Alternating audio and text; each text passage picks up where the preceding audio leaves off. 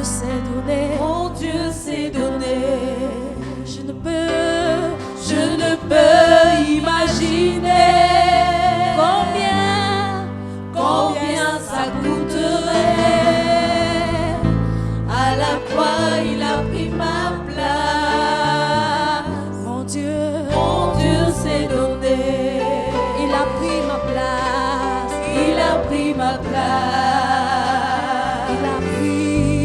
Il a pris ma place.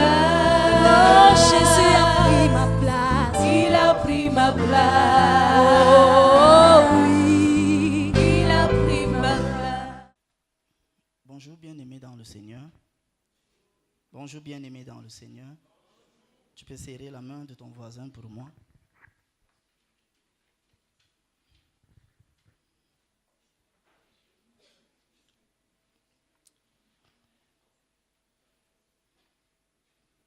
Bénissons le Seigneur pour ce qu'il fait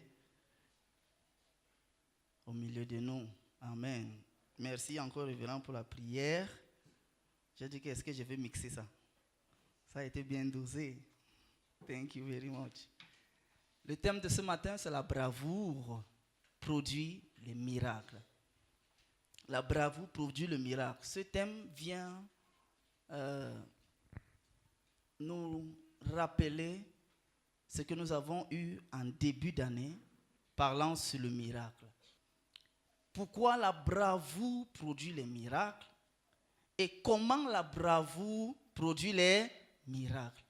Il faut que quand je vais finir ça, ça soit ton partage et ça soit mon partage.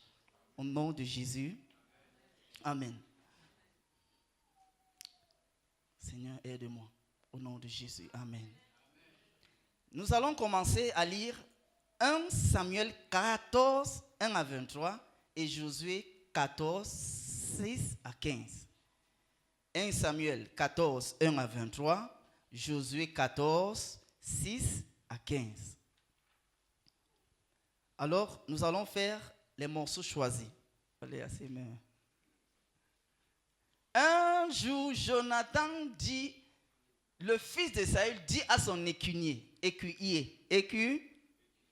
viens, allons attaquer ce poste des Philistins qui est en face de l'autre côté de la gorge. Mais il ne prévient à personne. Verset 4.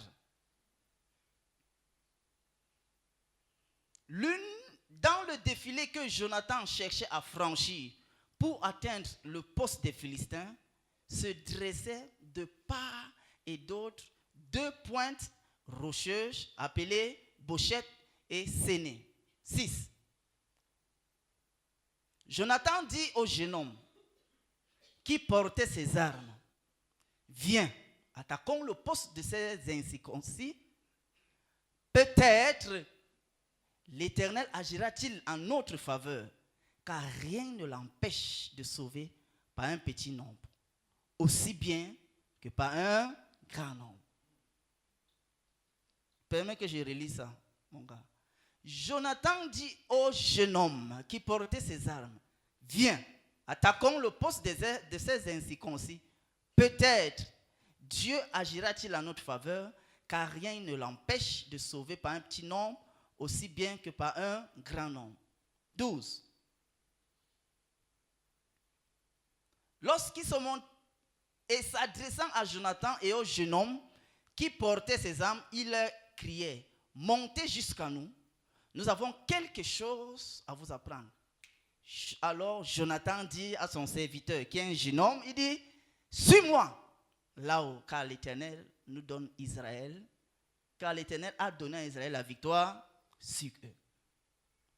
Parce qu'ici, il avait déjà fait le test. Et là, c'était le signe que Dieu était avec lui. 14. Ils massacrèrent ainsi une vingtaine d'hommes sur un espace de quelques mètres carrés. Merci beaucoup. Allons à Josué maintenant, chapitre 14. Mon choix choisi toujours, à partir du verset 6. Les fils de Juda chapeautaient de Josué à Gilgad et Caleb, fils de Jephouné, le Kénizien, lui dit, tu sais que l'Éternel a déclaré, en Moïse, l'homme de Dieu au sujet de moi et au sujet de toi à Kadesh. 8. Mes frères qui étaient montés avec moi me décourageaient. Avec moi décourageaient le peuple, mais moi, je suivis pleinement la voie de Dieu. Et 9. En ce jour-là, Moïse jura en disant, le pays que ton pied a foulé sera ton héritage à perpétuité pour toi et pour tes enfants, parce que tu as pleinement suivi la voie de l'Éternel. On avance. On avance. On avance. Donne-moi donc cette montagne dont l'Éternel a parlé dans ce temps-là, car tu as appris alors qu'il s'y trouve les Anakim et qu'il y a des villes grandes et fortifiées. L'Éternel sera peut-être avec moi. Je les chasserai comme l'Éternel a dit. Qu'est-ce qui s'est passé à la suite? Josué bénit Caleb, fils de Nepoué, Jephouné, et lui donna Hébron pour héritage. On s'arrête ici. La suite de l'histoire nous fait savoir que Josué a eu, je voulais dire quoi, Caleb a eu la ville, un grand, 2 fortifiés par les qui? Les Anak. Ce ne sont pas les gens doucement. Revenons donc dans notre 1 Samuel. Jonathan va faire preuve de bravoure pour pouvoir créer son miracle. L'écuyer, j'ai bien prononcé. Voilà, avancez seulement. Le jeune homme, techniquement, il n'est pas un militaire. C'est un accompagnateur. Et en ce moment-là, les Israélites sont en sous-nombre numérique. Ils sont désarmés. En fait, quand tu les mets plus haut, les Israélites n'ont pas des armes. Et c'est chez les Philistins qu'ils partaient pour émousser, pour aiguiser, aiguiser leurs haches, les machettes et les lances. Mais le texte ne nous dit pas les armes, sinon les armes blanches, archaïques de leur temps. Donc, ce que Jonathan fait, c'est en fait quand on dit il gagnait, il remportait, j'ai envie de corriger le texte si j'avais la possibilité. C'est il avec ses il singulier en fait. Ce n'est pas il pluriel. Parce que le gars n'est pas un combattant. Quand tu lis les textes, on dit quand Jonathan abat, le petit finit. C'est-à-dire peut-être Jonathan met peut-être au ventre. Lui, il met seulement au cœur. Merci beaucoup. Ça dit, comme Jonathan c'est un bon gars, certainement il faut aussi faire participer l'autre. Voilà pourquoi si j'avais la possibilité de modifier, je pouvais modifier. Mais que Dieu m'en préserve pour ne pas être frappé par l'Éternel. Alléluia. Voilà, vous me regardez, je ne peux pas le faire. Jonathan, il attaque les qui?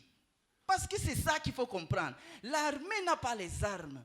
Il ne dit pas à son père, est-ce que ce n'est pas un risque de faire? Mais justement, c'est là que vient appuyer ce que je suis en train de dire de la part du Seigneur. Parce que c'est la bravoure qui a créé le miracle de Jonathan. Toi également, si tu n'es pas brave, ce n'est pas à Dieu de te rendre brave. Je suis allé vite. Le courage n'est pas ce que Dieu te donne, c'est ce que toi tu fais. Je recommence. Tu vas me dire amen, ne te dérange pas.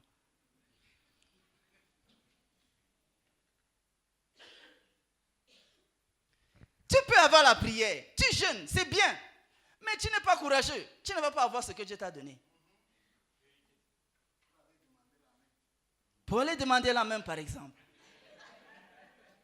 Regardez, ce que Jonathan a fait, c'était en principe ce que son père devait faire et les autres armées devaient faire. Jonathan n'a rien fait de spécial sinon d'avoir été brave ou courageux. Quand tu lis le texte, la Bible nous fait savoir que Saül est parti avec un sacrificateur. Et le nom du sacrificateur qu'on donne, la Bible prend le temps de préciser que c'est un sacrificateur officiel et officiant. Ce n'est pas un sacrificateur fabriqué, mais c'est un sacrificateur qui sort de la lignée que Dieu avait dit à Élie. Et c'était l'officiant. Et la Bible nous fait savoir qu'il avait l'Urim et le Poudim. C'est-à-dire les instruments pour savoir la présence de Dieu. Autre. Voilà, comme les coris en africain. Ça manifestait quoi? Saül quand même croit en Dieu. Puisqu'il a pris le sacrificateur de Dieu. Saül sait que Dieu peut agir. Puisqu'il a pris le sacrificateur de Dieu. Il n'a pas pris un prêtre, mais il a pris le sacrificateur. Ça veut dire que Saül croit à la puissance de Dieu. À la puissance de Dieu. À la puissance de Dieu. Mais sans bravoure. Donc, ne me dis pas que tu pries. Ne me dis pas que tu es calme. Ne me dis pas que tu es humble si tu n'es pas brave. Ne me dis pas que tu as l'argent, tu es intelligent, tu es perspicace si tu n'es pas brave. Parce que la bravoure produit le miracle. Jonathan, comment tu vas? Regardez, la Bible dit qu'en ce temps-là, ça là c'est dans le contexte, on dit en ce temps-là, ceux qui avaient les armes c'est Jonathan et la maison du roi. Mais c'est risqué. Et si ça ne rate pas, il dit, montons, peut-être que Dieu nous donnera la victoire. Bon, il faut que j'explique. Le peut-être, ce n'est pas comme tu entends en français, peut-être là. Ce n'est pas un doute. Non, non, non, non. Alléluia. Voilà. Ce n'est pas un doute. Il se remet à la souveraineté de Dieu. Puisqu'il sait que de toute manière, avec Dieu, c'est possible. Puisqu'en ce temps-là, chez eux, il faut comprendre que, j'ai voulu dire dans la psychanalyse, dans la pensée de ces gens-là, la victoire n'est pas le nombre et la qualité de l'armée. La victoire est sur le Dieu qui est derrière toi. Voilà pourquoi derrière Naïn, la petite ville, ils ont échoué. Aïe, merci. Derrière Aïe, la petite ville, ils ont échoué. Pourtant, ils venaient de renverser le grand Jéricho. Aïe était numériquement inférieur à eux, mais parce que Dieu n'était pas avec eux, ils ont échoué. Donc voilà pourquoi quand il dit peut-être là, tu as dit il compte sur son Dieu. Regardez la définition du Père. Le miracle il s'agit d'un phénomène qui se produit en qualité et en quantité, en outrepassant les lois naturelles, les capacités humaines, la technologie, etc., dans un laps de temps ou à une fréquence extraordinaire réduite ou encore à des conditions extrêmement impossibles. C'était impossible.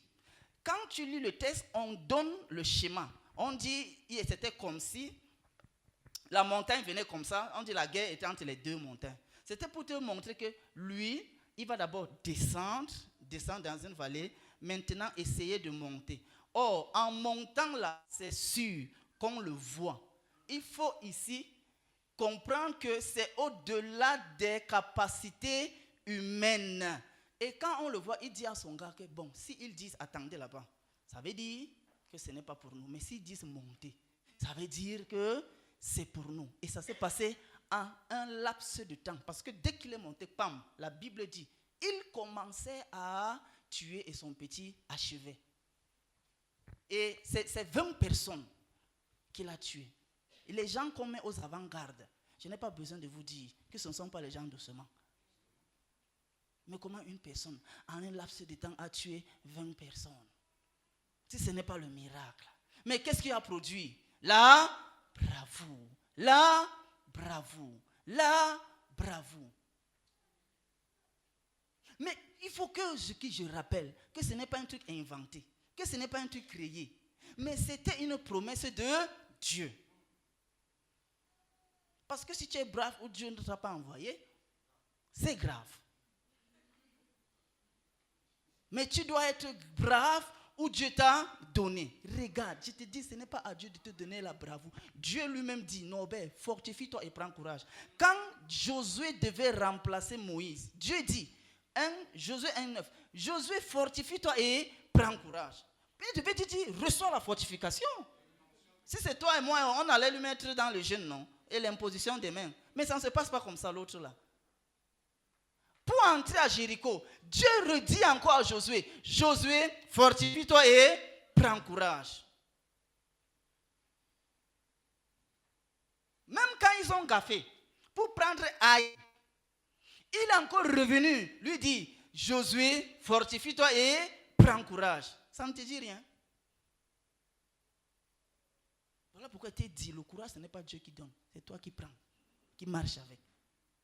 Il dit, même quand il allait chez le petit Gédéon, il dit, petit, vaillant héros, il faut que tu ailles avec la force que tu as, mais sois fort et prends courage. Autrement dit, si tu trembles, je vais trembler.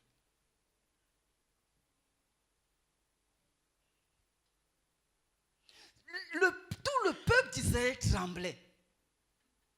Mais là n'est pas le problème du Seigneur. On parle de 600 hommes que Saül avait. Et un danger. C'est-à-dire, dans l'histoire d'Israël, les Philistins sont parmi les peuples les plus dangereux. Amen. Donc tout le monde tremblait. Et il fallait un brave pour amener l'action de Dieu à se manifester. Qu'est-ce que j'ai envie de dire? La bravoure amène Dieu à entrer dans tes combats. Si tu es un gars qui écrit, il faut écrire. Si tu n'écris pas, mets ça dans le cœur. La bravoure amène Dieu à entrer dans tes combats. Est-ce que c'est la prière? Est-ce que c'est le jeûne? Est-ce que c'est la sainteté? Je suis avec toutes les choses là. Mais si tu n'es pas brave dans tout ça, je n'entre pas.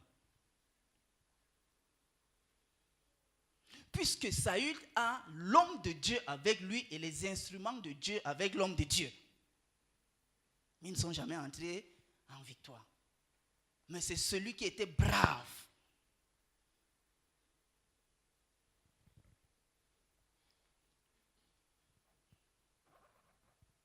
Car rien ne l'empêche de sauver par un petit nombre, aussi par un grand nombre.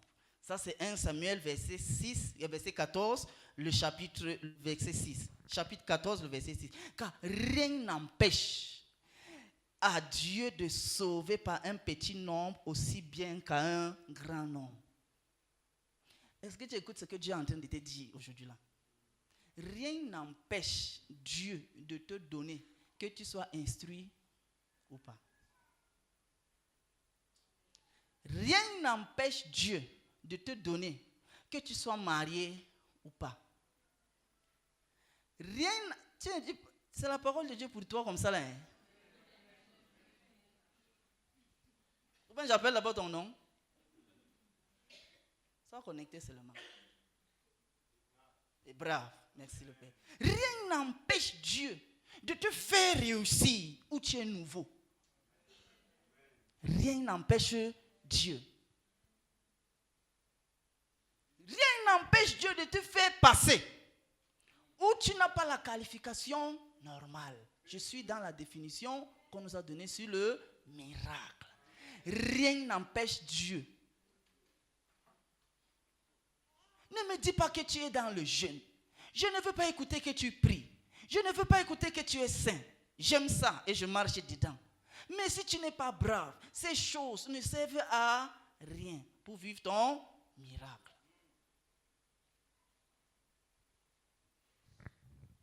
Regarde 4 choses qui ont été produites par la bravoure.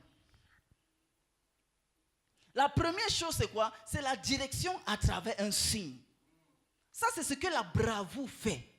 Et je suis venu de la part du Seigneur dire à quelqu'un, si tu es brave, le signe de Dieu va venir d'abord.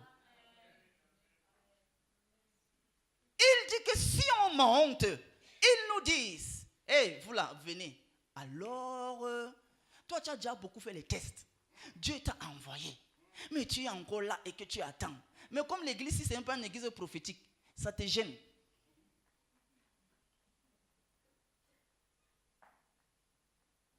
Tu aurais aimé qu'on te donne les carnets prophétiques. Nous, on n'est pas dedans. Mais Dieu t'a déjà donné le signe, mais tu n'entres pas. Pourquoi?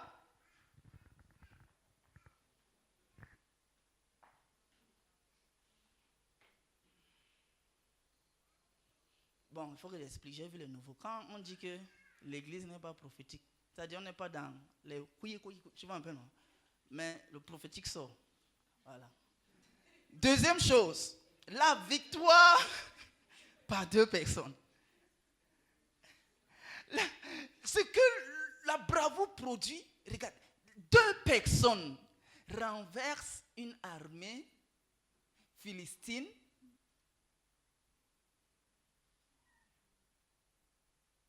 Deux personnes. Quand on dit 2 personnes, c'est une personne qui avait l'arme. En réalité.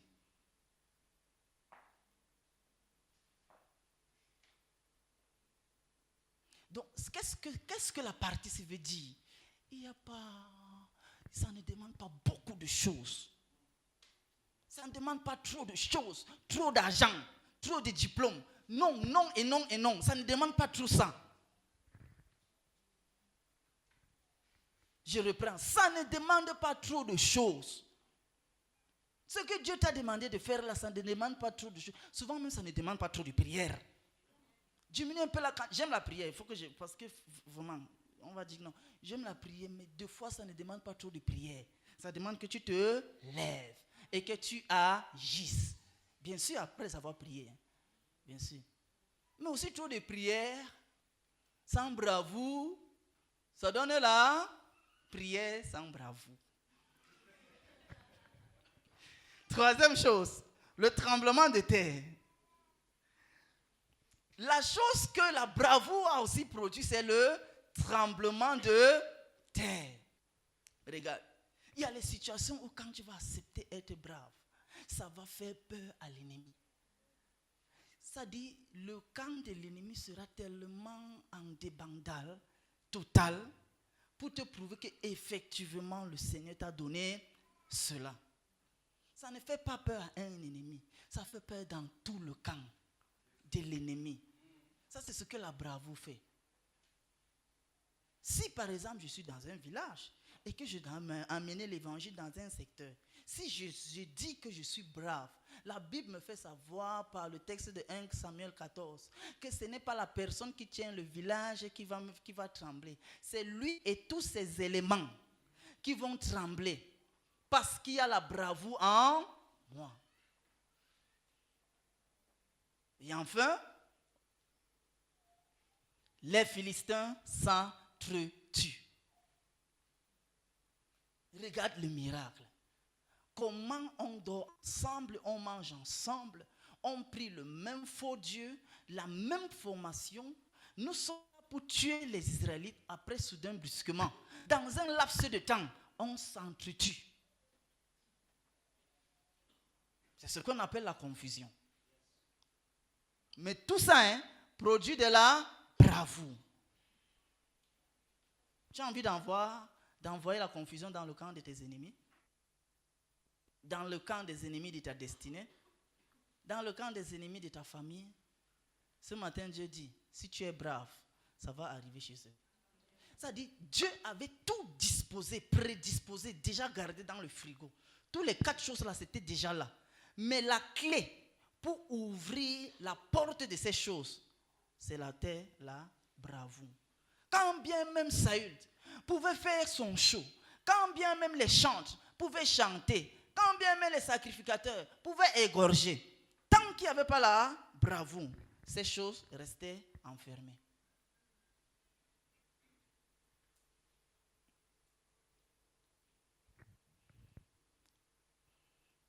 Alléluia.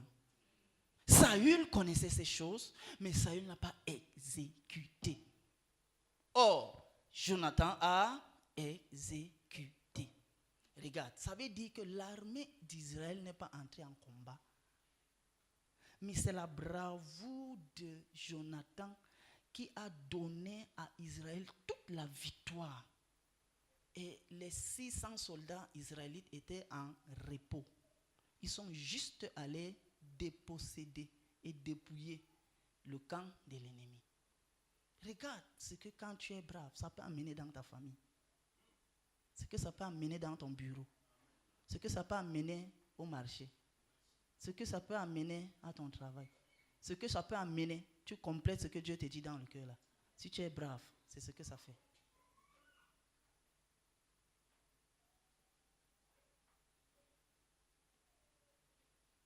Si tu es brave, c'est ce que ça fait.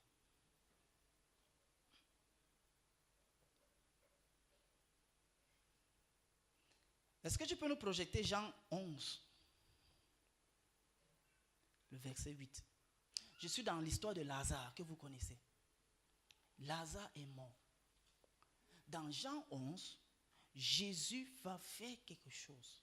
Regarde et suis-moi très bien. Si Jésus n'était pas courageux,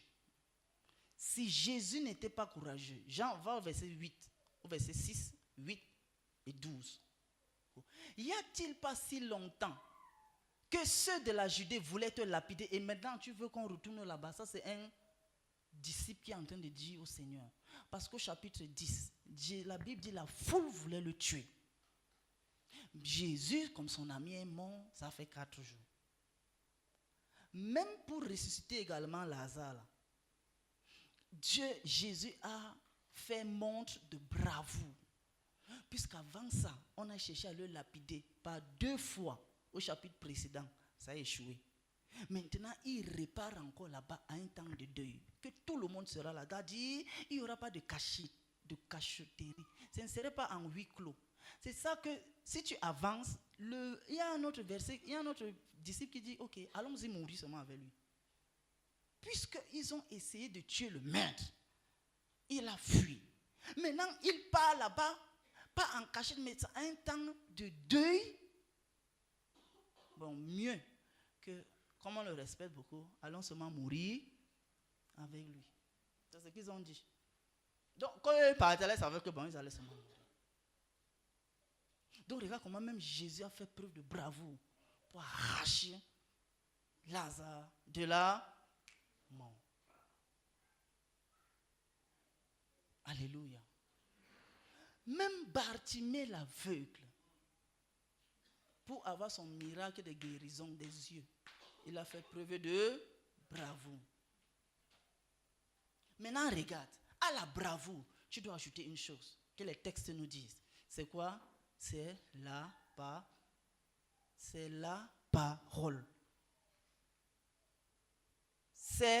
la parole.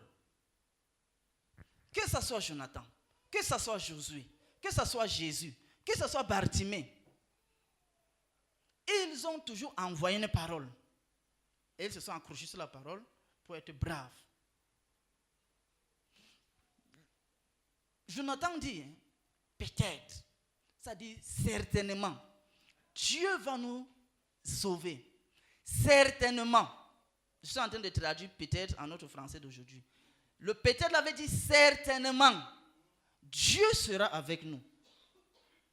Si ils font ça, ça veut dire que Dieu est avec nous, alors nous vaincrons. Même si nous sommes 2. Allons-y seulement.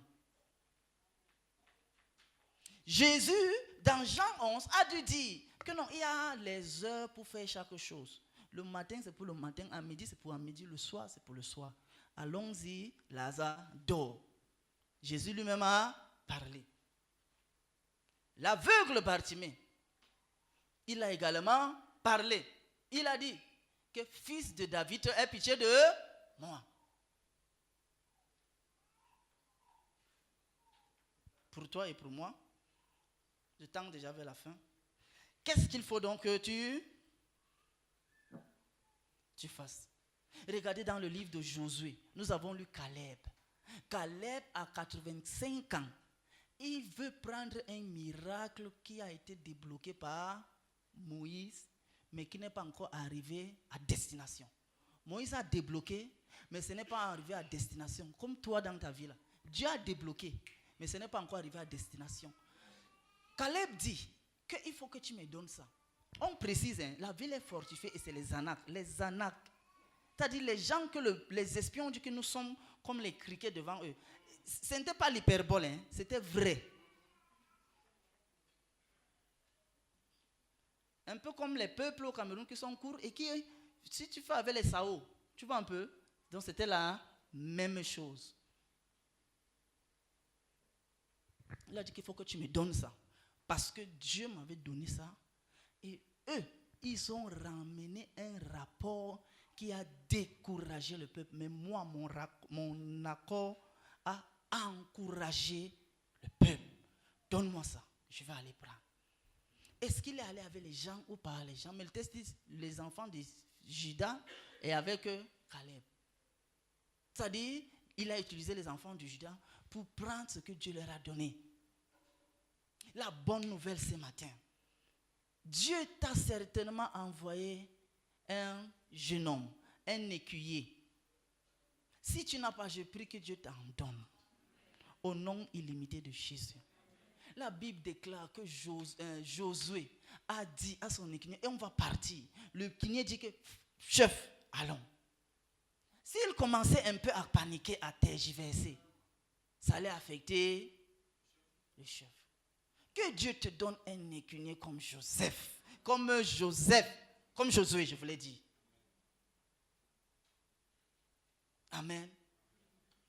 Quand il te voit, bon, comme tu l'as quand même rassuré de la parole du Seigneur, il peut te dire, allons-y. Il ne va pas te donner la philosophie. Il ne va pas te donner ça. Que bon, est-ce que tu sais que bon, techniquement, il y a 20 personnes là-bas, regarde, et maintenant, et si on échoue, et tout ça, et vraiment, si ça ne donne pas, et non. À moins que tu sois un Jésus, que ses disciples ont dit, allons-y mourir, dit oui, allons-y, man. Mais c'est bon d'avoir un écuyer. Amen. Ça peut être un ami, ça peut être à la maison, ça peut être au travail, ça peut être. Amen. Si Josué n'avait pas cette bonne parole de son écuyer, ça devait être difficile. Merci beaucoup, Jonathan. Ça devait être difficile pour lui de pouvoir prendre la ville des Philistins. Alléluia. Nous remarquons que tous les personnages que j'ai cités ce matin, ils avaient la parole. Ils savaient une chose que Dieu leur avait donnée. Et c'était sur ça qu'ils ont donc pris appui pour pouvoir avancer. Amen. Et ça a valu de la bravoure.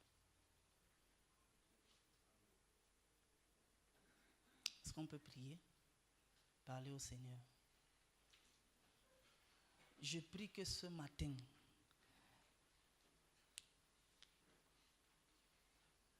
une dose de confiance de Dieu et qu'ils connaissent, tu as une réelle connaissance de ce que si tu es brave, tu peux. Que Dieu nous donne ça ce matin. Est-ce que tu peux parler au Seigneur? Est-ce que tu peux parler au Seigneur? C'est débloqué, mais ce n'est pas arrivé à destination. Parce que tu n'es pas brave. Parce que tu n'es pas brave. Après les jeûnes et prières, il faut être brave. Mais tu n'es pas brave. Cet établissement, tu n'es pas brave. Ce secteur, tu n'es pas brave. Mais tu n'auras pas. Que ce matin, tu prennes la force de la parole de Dieu. La Bible dit, les paroles que je dis sont esprit et vie. Prends cela. Ce n'est pas à Dieu de faire ce courage dans toi, mais c'est toi de prendre ça au travers de la parole de Dieu. Et ce matin, pendant qu'elle a été relâchée, prends, marche dans la bravoure. Sois brave. La terre va trembler dans le camp des ennemis. Sois brave. Un nombre insignifiant va prendre la victoire. Sois brave. La victoire viendra de ton côté et de celle de ta famille. Sois brave. De ne pas écouter les candidatons de est-ce que tu es sûr. Jonathan, il ne l'a pas fait parce qu'il a été brave. Si tu es brave, même la foi en toi, prends un autre tonus. Prends un autre tonus. Prends un autre tonus. Prends un autre tonus. Saül avait la foi, voilà pourquoi il est parti avec le sacrificateur. Mais parce qu'il manquait de bravoure, il n'a pas pu avoir la victoire.